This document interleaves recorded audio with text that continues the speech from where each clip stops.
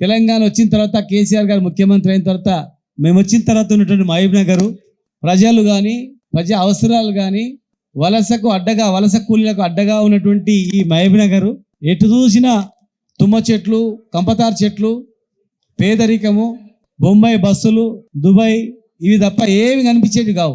మరి దుబాయ్లో ఉన్న వాళ్ళ గురించి పోరాటం చేసింది, బొంబాయిలో గురించి పోరాటం చేసి ఇలా తెలంగాణ వచ్చిన తర్వాత ఈ ప్రాంతాన్ని చూసినప్పుడు వారి మాటల్లోనే చెప్తారు. ఎందుకంటే ఆనాటి నుంచి ఈనాటి వరకు అన్నీ ఆమె చూసింది కనుక. ఇద్దరం మార్నింగ్ వచ్చేటప్పుడు అన్న ఏం తక్కువైంది ఈ మహబూబ్ నగర్కు, అసలు ఏం మాయ జరిగిపోయింది, ఏం మాయలో పడ్డారు ఈ మహబూబ్ నగర్, అసలు ఏం కావాలి ఈ మహబూబ్ నగర్కు, అసలు ఏం తక్కువైంది మహబూబ్ నగర్ అని చెప్పి మాట్లాడుకుంటూ వచ్చిన సందర్భం. నేను ఎలక్షన్లో ఓడిపోయిన రోజు కూడా ఆ రోజు కూడా చెప్పిన, మా మీద ఏమైనా కోపం ఉంటే మమ్మల్ని కానీ పనులు మాత్రం బంద్ చేయకండి అని చెప్పిన. ఏ పనులు బంద్ చేయకండి, మేము కూడా సహకరిస్తాం, ఆ పనులు కావాలి, మహబూబ్ నగర్ ఖ్యాతి పెరగాలి, మహబూబ్ నగర్ అభివృద్ధి కావాలని చెప్పి. రోజుకు 10 అంబులెన్స్లు పోయేటివి, 5 అంబులెన్స్ చనిపోయినటువంటి శవాలు వచ్చేటివి. చిన్న రోగం వచ్చినా హైదరాబాద్ పోవాలంతే. ఆక్సిజన్ సిలిండర్ లేదు, ఇక్కడ ఐసీయూ ఒక బెడ్ కూడా లేనటువంటి పరిస్థితి. 100 సంవత్సరాల చరిత్ర మన్నెకొండ టెంపుల్ యాజిటీస్గా ఉండేది. ఉద్యోగం అనేది ఏం లేదు, చదువుకున్న తర్వాత ఇక్కడ ఉద్యోగం వచ్చేది ఏం లేదు. హోటల్లో పనిచేయడం, షాపులలో పనిచేయడం తప్ప ఉద్యోగం అంటే హైదరాబాద్కో అమెరికాకో వాల్సింది తప్ప ఏం లేదు. మరి ఇక్కడనే ఐటీ కంపెనీలు, ఇక్కడనే 10,000 మంది ఉద్యోగాలు ఇచ్చే పెద్ద ఇండస్ట్రీ చూస్తూ వచ్చినాం. పని జరుగుతున్న ఇండస్ట్రీ పెద్దది. మరి రోప్వే తెలంగాణలోనే మొట్టమొదటి రోప్వే, తెలంగాణ రాష్ట్రంలోనే దాదాపు కిలోమీటర్ రోప్వే ఉన్నది మహబూబ్ నగర్లో. పనులు స్టార్ట్ అయినాయి, బునాదులు తీసిండ్రు, ఎందుకు ఆగిపోయినాయి? 5,000 మందికి అన్నం తినేటువంటి అన్నదాన సత్రం పైన ఎందుకు ఆగిపోయింది? కోనేరు ఎందుకు ఆగిపోయింది? కోనేరులో నీళ్లు ఉండకుండే మన్నెకొండ జాతర వచ్చినట్టు, అలాంటిది కృష్ణా నీళ్ళే రోజు వచ్చి పడుతున్నాయి. పేదలకు ఉపయోగపడే కళ్యాణ మండపం ఎందుకు ఆగిపోయింది? హోటల్ ఎందుకు ఆగిపోయింది? ఫ్రీగా తక్కువ ధరకు వచ్చేటువంటిది. పత్యపురం మసమ్మ దగ్గర ఎందుకు ఆగిపోయింది?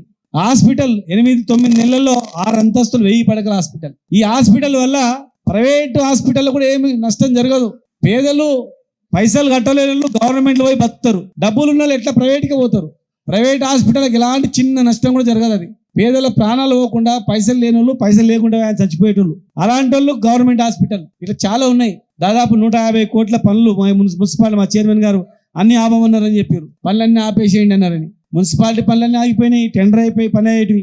హాస్పిటల్ పని ఆగిపోయింది, మన్నెకొండ రోప్వే 100 కోట్ల రోప్వే ఆగిపోయింది, హోటల్ ఆగిపోయింది, డ్రైనేజ్లు ఆగిపోయినాయి. మరి అసలు ఏం చేయదలుచుకున్నారు? 9 తారీఖున 2 లక్షలు మాఫ్ అని చెప్పింది. 9 తారీఖున 2 లక్షలు మాఫ్ తీసుకోండి, లోన్ తీసుకోండి. 9 తారీఖు బంద్ అవుతామని ఎక్కడ బంద్ కాలే. దయచేసి మా నాయకుడు చెప్పిండు 100 రోజులు సమయం ఇద్దాం, పని నిలకడని చేయండి అని. కానీ చూస్తుంటే ఏదో ఎంపీ ఎలక్షన్స్ వరకు ఏదో నడిపించి తర్వాత మొత్తం దుగ్నం బంద్ అయ్యేటట్టు కనిపిస్తూ ఉంది. మరి ఎంతో కష్టపడి మేము చేసిన పనులు చేస్తే 5 ఏళ్ళు సరిపోతాయి, చేసి మాకన్నా ఇంకా డబుల్ నిధులు తీసుకొచ్చి పనులు చేయాలి. కానీ ఉన్న పనులు ఆపడం వల్ల ఏం లాభం అనేది నాకు అర్థం కావట్లేదు. మా కౌన్సిలర్స్ కొంతమంది పేపర్లు వస్తుంది, మొత్తం మీకే అప్పచెప్తామని చేయండి, ఏముంది? టోటల్గా మొత్తం గుండుకు తప్పేపండి, మేము అప్పచెప్తాం. కొనడం ఎందుకు? సంతలాగా ఉన్నట్లు కొనడం ఎందుకు, చేయడం ఎందుకు? మాకు కావాలా సీట్ అని చెప్పండి, మేమే ఇచ్చేస్తాం. కానీ ఇదేం పద్ధతి?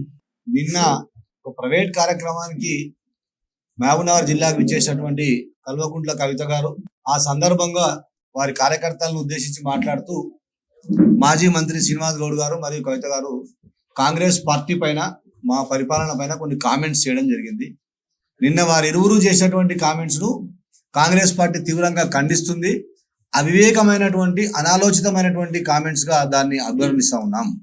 కల్వకుంట్ల కవిత గారు అన్నారని శ్రీనివాస్ గౌడ్ గారు చెప్తా ఉన్నారు. వారు వచ్చి చూస్తుంటే మహబూబ్నగర్ అంటారే ఇంత మంచిగా తీర్చిదిద్దింది కదా అన్న, అసలు ఎక్కడ మిస్ అయ్యాడు, ఎట్లా ఓడిపోయాడు, ప్రజలు ఎట్లా ఓడగొట్టిండ్రు అని ఆశ్చర్యానికి గురైంది.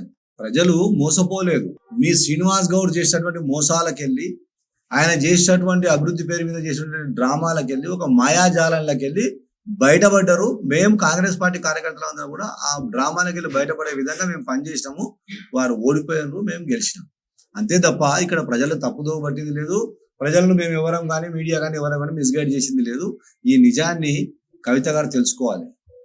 శ్రీనివాస్ గౌడ్ గారు ఓడిపోవడానికి కారణం ఆయన చేసిన అవినీతి, ఆయన చేసిన అక్రమాలు, ఆయన చేసిన భూ ఆక్రమణలు, ఆయన చేసిన దోపిడీలు, ఆయన చేసిన అప్రజాస్వామికమైన పరిపాలన తప్ప ఇంకోటి కాదు.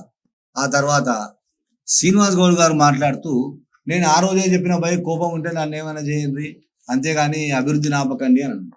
ఏదైనా ఆపాలంటే ముందు జరగాలి కదా. ఎక్కడుంది నీ అభివృద్ధి? ఏడ జరుగుతుంది అభివృద్ధి? మేము ఏడాపినాం. మన కలెక్టర్ గారికి చెప్పినామా ఆపమని, లేకపోతే ఈ పక్కల మున్సిపల్ చైర్మన్ కూర్చుని మన ఆయనకు చెప్పినా, ఎవరు చెప్పినాం? కాంగ్రెస్ పార్టీ ఎప్పుడు కూడా అభివృద్ధిని ఆపదు. శ్రీనివాస్ గౌడ్ గారు తెలుసుకోవాలి. అభివృద్ధిని ఇంకా రెండంతల స్పీడ్గా నడిపేయడమే మా ధర్మం. కాకపోతే అభివృద్ధి పేరు మీద నువ్వు చేసేటువంటి అవినీతిని దానిపైన అంతా కూడా విచారణ జరుగుతూ ఉంది. దానిపైన కూడా అధికారులు మరియు కొత్త ప్రభుత్వం కూలంకషంగా పరిశీలిస్తూ ఉంది. ఇవాళ ఎంత ఆశ్చర్యమైనటువంటి అవివేకమైనటువంటి మాటలు మాట్లాడుతున్నాడు శ్రీనివాస్ గౌడ్. హాస్పిటల్ అట పాత కలెక్టరేట్ లో జరుగుతున్నది, మేము ఆపినామట. మళ్ళీ ఆ కాంట్రాక్టర్ ఎవరు? ఆ హాస్పిటల్ నిర్మాణాన్ని పర్యవేక్షి ఏ డిపార్ట్మెంట్ ద్వారా జరుగుతూ ఉందో ఆ డిపార్ట్మెంట్ అధికారులు చెప్పాలి మన సమాధానం. హాస్పిటల్ నిర్మాణం కన్నా ముందు రోడ్డుకు హాస్పిటల్ కు మధ్యలో జరుగుతున్న నిర్మాణాలు ఏంటివి అని ఎన్నికల్లో 10 సార్లు ప్రశ్నిస్తే కూడా నిమ్మకు నీరెత్తనట్టు జవాబు చెప్పకుండా పోయింది నువ్వు. మరి అవి ఏంటివి? ఎవరివి? ఎవరికి లీజ్కి ఇచ్చారు? ఇప్పుడన్నా చెప్పు. మళ్ళా ఇవన్నీ నువ్వు చేసేటువంటి గతంలో మీరు చేసేటువంటి అవినీతిని కూడా బయట పెట్టే క్రమంలో ఏడ బయట పడుతుందని భయపడి ఉల్టా ముందే మా మీద దుమ్మెత్తిపోస్తాం. మున్సిపాలిటీలో 100 కోట్లు అని చెప్పి ఎన్నికల ముందు ఆదరా బాదరాగా కొన్ని వందల శిలాఫలకాలు వేసినాం మిస్టర్ శ్రీనివాస్ గౌడ్. ఒక్క పనికైనా నిధులు మంజూరైనాయా?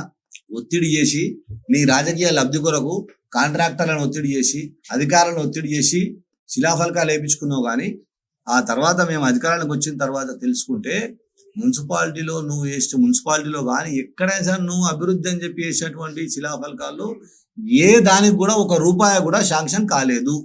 డబ్బులు మంజూరు కావు, ఫైనాన్స్కి వెళ్ళి క్లియరెన్స్ ఉండదు. ఇటీగలైనా ఏదో ఒక కాగితం చూపించి అధికారులను కాంట్రాక్టర్లను బెదిరించి ఆ రకంగా అభివృద్ధి పేరు మీద నువ్వు చేసిన మోసాలు అవి బయటపడతాయని చెప్పి ఉల్టా మా మీద అభివృద్ధి ఆపకండి అసలు అభివృద్ధి జరగకపోతే ఆపేది. ఇప్పుడు మేము చేస్తాం అభివృద్ధి, మేము తెస్తాం డబ్బులు లేకుండా మాయ చేసే ప్రభుత్వం మాది కాదు, అలాంటి నాయకుడు కాదు మా ప్రియతమ శాసనసభ్యులు ఎన్ఎం శ్రీనివాసరెడ్డి గారు.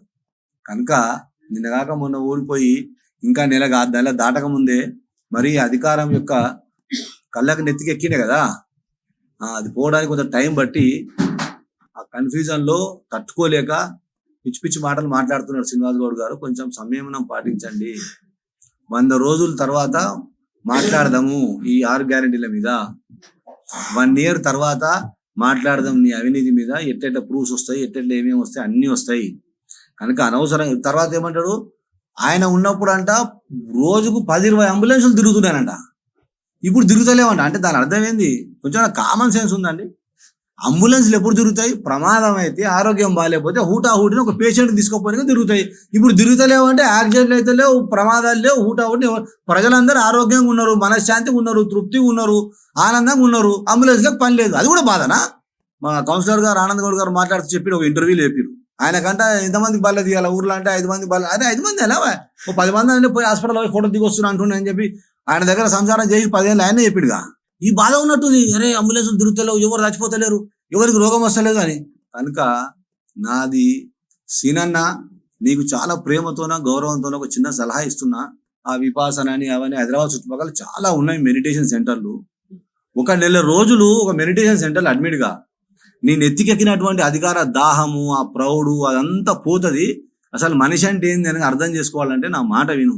కావాలంటే ఆ 1 నెల రోజుల ఫీజు ఏదైనా మేమందరం ఏదైనా చేసి దానికి అర్థం. కానీ నువ్వు ఆ మెడిటేషన్ సెంటర్లో జాయిన్ అయితే నీకు మంచిది, మాకు మంచిది, ప్రజలకు మంచిది అని చెప్పి ఈ సందర్భంగా మీ మీడియా ద్వారా సలహా ఇస్తూ ఇంకొకసారి అనుచిత వాక్యాలు, అబద్ధపు ప్రచారాలు, మేమేదో అభివృద్ధి ఆపుతున్నామని ఇంకా ఒకటి కౌన్సిలర్లను కొంటున్నామంట.